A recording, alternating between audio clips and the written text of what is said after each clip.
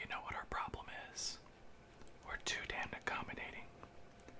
That's what I told my wife when she agreed to look after that awful bird. We already look after a friend's toddler every Thursday and take the lady across the corridor shopping. And then there's all the charity case kids which she teaches piano for free. It's just too much. So when her Aunt Margaret asked us to look after her pet minor bird when she went to Belgium, I wanted to refuse. Of course, my wife didn't. You must know the problem with minor birds. They mimic sounds they enjoy hearing over and over again.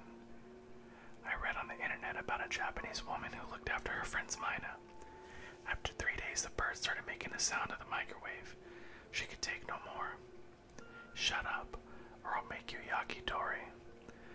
Of course, that became the bird's favorite phrase, and the woman spent the next month trying to re-educate it. So we spent the next 2 weeks on our best behavior. No swearing, no shouting, no. Well, anyway, we were on our best behavior. My wife's aunt loves classical music, so we left the radio on Classic FM. Unfortunately, the bird grew fond of Alec Titchmarsh, so we had to switch to BBC Radio 3. Apart from the fact the bird could imitate the phone, bloody thing, I was waiting for a job interview. Everything went smoothly until 2 weeks into its stay. The first setback was a call from Belgium. The aunt had an accident and needed surgery. She apologized profusely, asking us to look after the mina until she found a friend to look after it on a long-term basis. Annoying as it was, this was only a minor inconvenience compared to what happened next. I confess that something about the bird's continuous chattering put me on edge, and I found myself unable to sleep. One night, staring blearily at the ceiling, I heard a snatch of music from the next room. I looked at the alarm clock. 4 in the morning. I wondered, had someone left the radio on? Or was it the mina? I wanted to ignore it, but I was on edge. I went into the next room and checked the radio. Off. I turned to the mina. I was about to say something.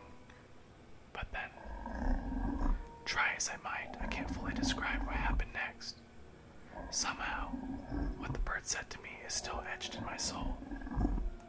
I hear each syllable clearly, yet I cannot manage to get it down on paper. I will try to describe it for you. A deep, guttural voice, weary but full of malice. It was as if the voice were coming out of the ground from a distant, moss-eaten sepulchre. What the voice said I couldn't understand, but it filled me with inescapable, crushing dread. It was both completely alien to me, and yet at the same time instantly recognizable, as if I had known that voice since birth. In a moment, I was back in bed, the covers pulled over my head, quaking as if my spine turned to jelly. My wife, mercifully, is a heavy sleeper. Twice more that night I heard the snatch of music, and then the voice. Each time the voice sounded nearer and nearer, and I could not help shivering. In the morning I asked my wife if she had been disturbed in the night. Thankfully she had not. I felt like asking to get rid of the mina, but I knew that would make things worse. To be fair, I had been complaining about it for 2 weeks, and my bizarre story would sound so contrived and only make things worse. When she went out to piano lessons, I took a moment to think. Perhaps my dread last night had been born of darkness. The sleeplessness, the aggravation the bird caused me. I needed to know whether my fear was justified. I needed to know what the bird was saying. I got an MP3 recorder and waited for the bird to speak again. He had plenty to say, mostly Groucho Marx for some reason, but never repeated the spectral voice. It was only 4 o'clock the next morning that I heard the snatch of music and knew what was coming next.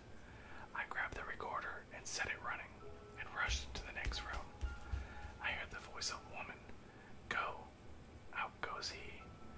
I recognized that it was from an old black and white movie we had watched that evening. Slightly apprehensive, I adjusted the volume slightly and held the recorder to the bird. It cocked its head to one side and looked at me questioningly and began its dark recital. I shuddered as I heard the deep voice, relayed by such an innocuous form and yet carrying behind it all the malice of hell. But deep down, I felt I was winning. I had a recording. The bird went through its act 3 times in about 2 hours. The music, the woman's voice, then that deep, haunting muttering, and I recorded it each time. The next morning, I listened to the recording as soon as my wife left for work. In the daylight, I was able to recognize the music as part of Walton's facade. I was still sickened as I listened back to that voice, stupid as it sounds. I was also happy that the recording turned out so well. As I left, I said, "Cheerio," to the Mina. "Tell him Groucho sent you," replied the bird. "I don't get what it sees in Groucho Marx." I spent the day taking my recording around to find out more about it. I took it to the library, the local college, the Cultural Institute, even the sushi bar in case it was Oriental. In all cases, no one knew or had ever heard the language spoken. In all cases, they looked deathly pale when they heard the recording and asked me to turn it off and leave immediately. In fact, the sushi bar offered me some free maki if I promised never to come back, so that was a plus. But I still had no progress to show. As a last resort, I decided to try the Catholic cathedral. The cold stone floors and mosaic walls gave me welcome respite from the sun as I entered. The cathedral was dark as night inside, with light emanating from the canopy above the altar, like a tent on a hilltop. I looked around and gave a jump as I saw a priest sitting on the information desk. He was tall, quite old, and almost skeletally thin. Under his thick glasses, he managed his mouth into a thin smile and gave a clumsy wave. I approached with some trepidation and told him why I have come.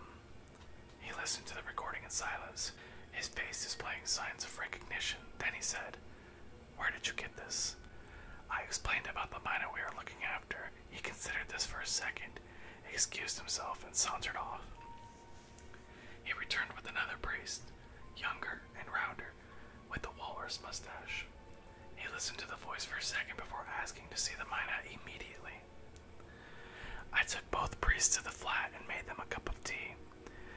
Then the 3 of us sat in silence watching the bird. Once again, the bird never repeated the sepulchral voice.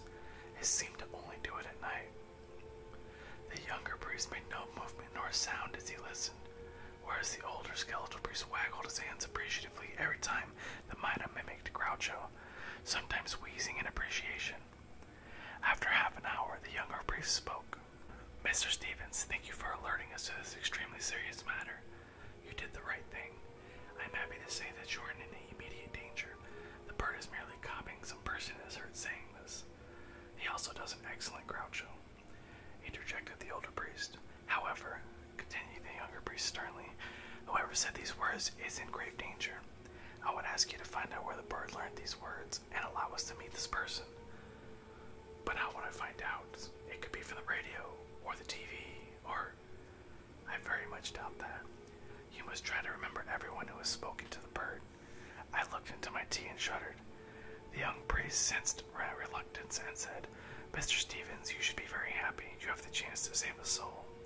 Such opportunities are not common." After they left, I started racking my brains, writing lists of everyone who had visited the flat. To be honest, I suspected my wife. She had been increasingly distant recently, and I knew it. Yet the fact that I had been out of a job for so long was taking its toll on our relationship.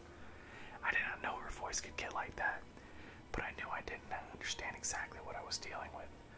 A more promising solution, however, presented itself the next day. Around lunchtime, the phone rang. I answered, but I felt my stomach turn and my heart race when I heard the voice at the other end. It was the deep, stony baritone, somewhat more cheerful than the minus nocturnal chants, but with unmistakable menace. I tried to answer, but only choked when I tried to form words. "Mr. Stevens, are you there?"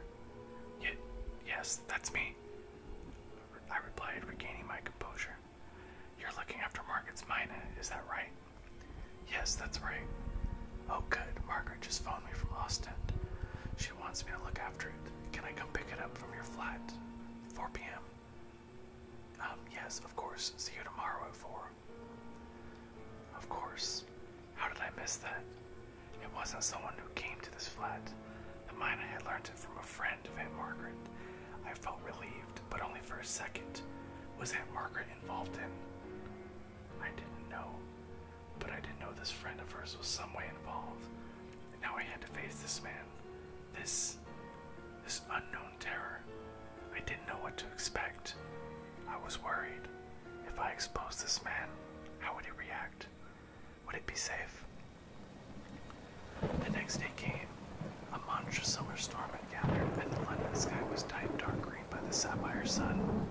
Rain thrashed the windows and cried miserably as it slid into the gutters. It was a Thursday, so we were babysitting again.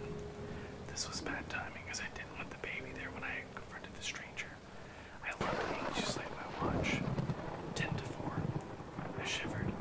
One part of me wanted to just hand over the bird. Don't mention anything about the odd incantation. After all, why should I believe anything the priest told me? I knew what it was going to do. But then I heard the music. The little snatch of music. So simple.